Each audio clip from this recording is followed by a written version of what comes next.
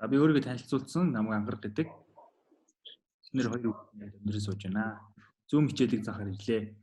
За тэгээд Zoom гэдэг энэ програм нь болохоор Zoom гэдэг компани бүтээгдэхүүн за зөвхөн ийм конференц кол хийх зориулсан аппликейшн байгаа.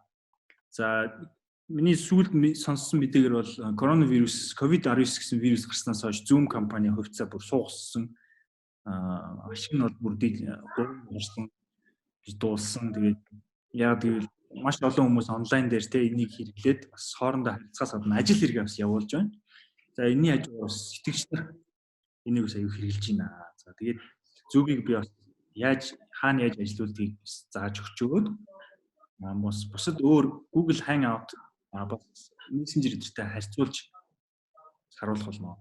Zoom яагаад бид нар яг Zoom гэдэг энэ үг гэвэл Zoom маань бас өөрөө давуу талтай тасралт аягүй багтай байдаг ажилласан.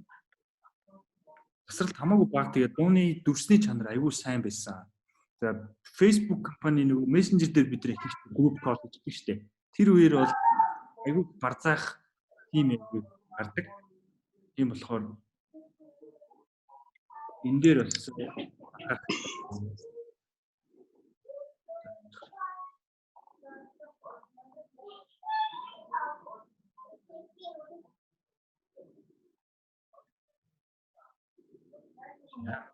за тэгээд Zoom руу та орохын тулд Zoom цэг US эсвэл Zoom гэж Google дээр хайхаар энэ та эхлээд заавал аппликейшн татах хэрэгтэй байна. За компьютер дээр Mac Windows дээр татаж бас энэ та бас татаж болох нэ. Асууха та мик аач. За. Цяач хаах үлээ. Mute. За баярлалаа. За тэгээд аппликейшны та мөгөнд татж байгаа. За би Zoom дотор Zoom-ыг тайлбарлах гэхээр маш хэцүү байсан. Тийм учраас би скриншот хийгээд тэгээд үзүүлж байгаа шүү. Ойлгоорой манайхаа. За эхлээд та ер нь sign up хийгээд бүртгүүлчихвэл их зүгээр. За шууд Google юм уу эсвэл Facebook-ээрээ бас бүртгүүлж болно. За эсвэл зүгээр та хэрвээ ямар нэгэн митинг эхлүүлээгүй бол та өөрөө зүгээр шууд join гэдэг өнөөдрийнх шиг ороод ирж болно. Гэтэ ер нь нэг бүртгүүлээд яатсан байх тийм дэжгүй болно дөө. За тэгээ цаашаа явах юм бол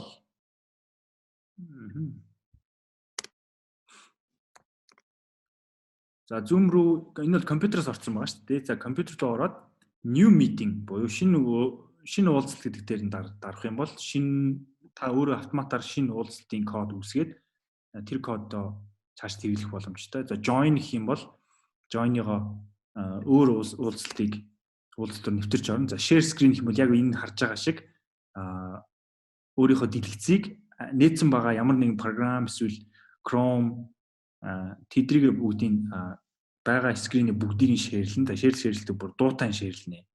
Тэгэхээр та ямар нэгэн хурал уулзалт хийх гээд жишээлбэл 9 бүлгээ хийх гээд хүлээж авах хоорондоор 10 минут нэг те айтайхан ямар нэгэн зохиогч ирэхгүй те айтайхан дуу тавьж болно.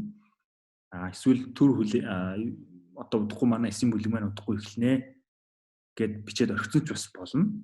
Эсвэл таагаа ингээ харагдаа гэдэг байж болно. За schedule гэсэн байгаа. За энэ болохоор ямар нэгэн за 7 хоногийн би 4 өдөр 9 бүлэгтэй гэд та бодож байгаа бол за яг 4 өдөр нь гинт сандарч шинэ митинг үүсгэх биш. Тухайн митингээ та урьдчилаад үүсгэж бас болдог. Урьдчилж үүсгчээд тэр линкээ наан нь хүмүүс рүү чатаар эсвэл мессенжерээр явуулж болдог. Тэгэх юм бол нөгөө хүмүүс маань нэрээ тийштэй би митингтэй тэгээд орж ирнэ. Та өөрөө старт дараагүй бол тухайн митинг эхлэхгүй. Старт дарсны дараа өнөөдрийнх шиг бүгд ороод ирдэг. Тэгэхээр хэдийгээр та старт дараагүй яна би төрүүлээд линк явуулсан штэ гэж бодох юм бол нөгөө хүмүүс маань митинг эхлээгүй байгаа учраас ямар нэгэн асуудал гарахгүй. За Zoom руу нэгэнд ингээ орсныхан дараа та хэрвээ өөрөө митинг үүсгэсэн гэж үзэж байгаа шүү заяа. Та бол одоо энэ удаа хост. Та хост учраас танд энэ цонхнууд бүгд харагдана. За үзэг харьцуу.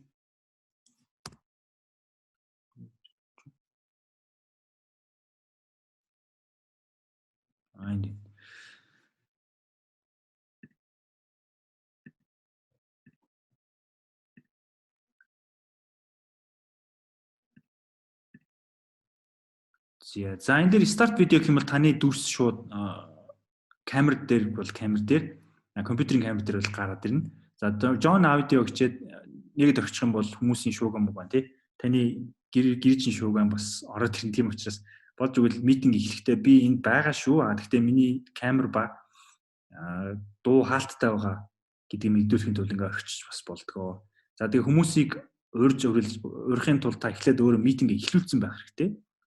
За тэрнийхээ дараа invite гэдэг дээр нь дараад та тэр copy URL буюу тухайн митингийнхаа холбоосыг копидж авсныхаа дараа хүмүүс явуулах юм шүү. За тэгээд хүмүүс ороод ирэх үед manage participants гэсэн хэсгээр хүмүүсийг өөрөө та remove хийх эсвэл screen-ийг шеэрлэх гэх мэтчлийн зөвшөөрлүүд бас байдаг. За энэ програм нь бас хөөрхөн үнэтэй. Тэгээд free account бол янз бүрийн тийм функц бол бас байхгүй. Free account бас яадаг вэ гэвэл таймерны төлбөр төлөхгүйгээр нэг митинг дээдлэн 40 минут явах боломжтой. Гэхдээ 40 минут яваал тэгэл дахиж хизээч митинг хийхгүй гэсэн үг биш. 40 минут хүрээд таны митинг тасарна. Тийм учраас дараагийн 40-ыг эхлүүлэхийн тулд дахиад шинэ ивент үүсгээд шинэ URL буюу холбоос үүсгээд шинийг дахиад явуулах хэвчтэй.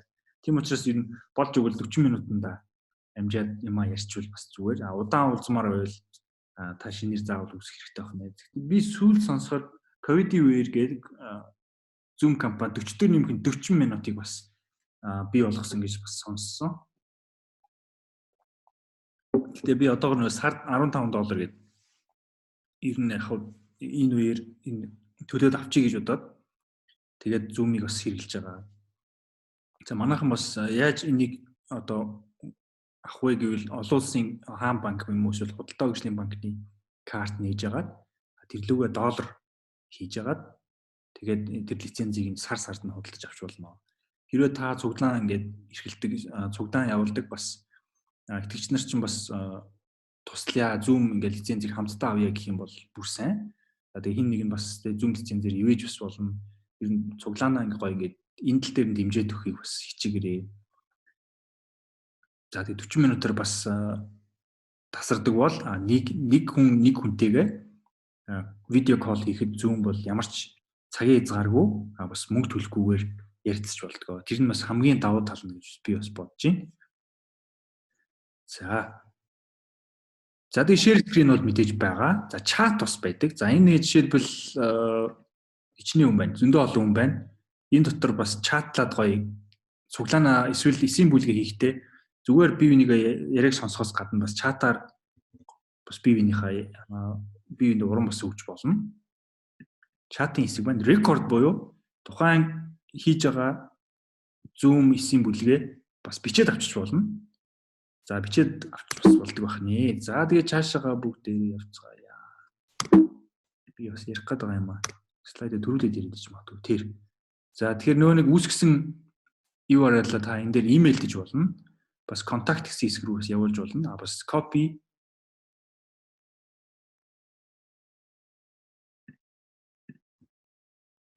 URL гэсэн дээр явуулж болох нь шүү. Copy invitation гэх юм бол бүх мэдээлэл нь цаашаа бас явцдаг. За дараагийн слайд дээр харах юм бол manage participants буюу таны оролцож байгаа хүмүүсийн нэрс ингээд бүгдээрээ сайхан гараад ирнэ. За энэ дээр more дээр нь дараад ингэх юм бол хамгийн ихэнд энэ mute participants on entry гэдэг нь хүмүүс орж ирсэн даруйда анханасаа одоо микрофон хаалттай орж ирнэ. Тэгэхгүй хүмүүс нөгөө микрофон нээлттэй байгааг мэдэхгүй орж ирээд ингээд цаана хүүхд үйлээ тий том хогаслаад идэг. Тийм учраас энэ дээр хүмүүс та тийм эвгүй байдал оруулах тул анханаас нь mute гэдгийг чагталчих юм бол хүмүүс орж ирэхдээ микрофон хаалттай орж ирнэ. За энэ доотлын allow participants гэдгийг дарах юм бол нөгөө хүмүүс нь өөрөө өөрсдийгөө микийг нээх боломж өгдөг. За хэрвээ та нэг чагтлахгүй бол таал нээхгүй бол тухайн хүмүүс ярьж чадахгүй. За энэ доотлол нь болохоор хүмүүс өөрсдийнхөө нэрийг бас сольж болох боломжтой гэж байна. За тэгээд play enter chime гэдэг нь болохоор орж ирж байгаа хүмүүс дин гэж дуурдаг. Гарч ирж байгаа хүмүүс бас нэг өөр нэг дуурдаг. Тэгэхээр та хүмүүс орж ирж байгааг бас мэднэ. За log meeting гэх юм бол хинж гарахгүй. Ингээд эндээ ингээд байж идэх байх нэ. За цаашаа явъя. За тэгээд start video дарах юм бол таны камер шууд нэгчнэ. За тийм учраас наан нэгтэй камер амир дээр иймэрхүү харагдаж байна те. Арталтай аятайхан харагдаж байна уу? Бараан байна уу? Харанхуй байна уу? Харанхууд хэр харагдаж байна гэдгийг айгүй сайн тооцоолоод. Тэгснийхаа дараа гоё старт видеого дараа бүгдээрээ гоё уулзцаагаарай.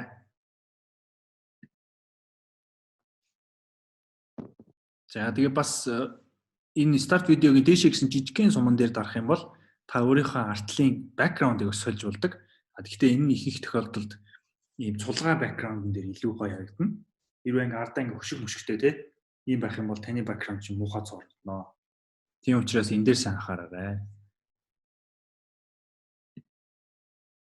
За share screen дээр би түрүү хэлсэн. За би яг одоо бол яг өөрийнхөө презентацийг share screen хийгээд та бүхэнд харуулж байна. Share screen дарахгүй байж болно. Тэгэх юм бол бүгдээрээ сайхан бие бинийгээ хараад ярилцаад явчих болдог байх нэ.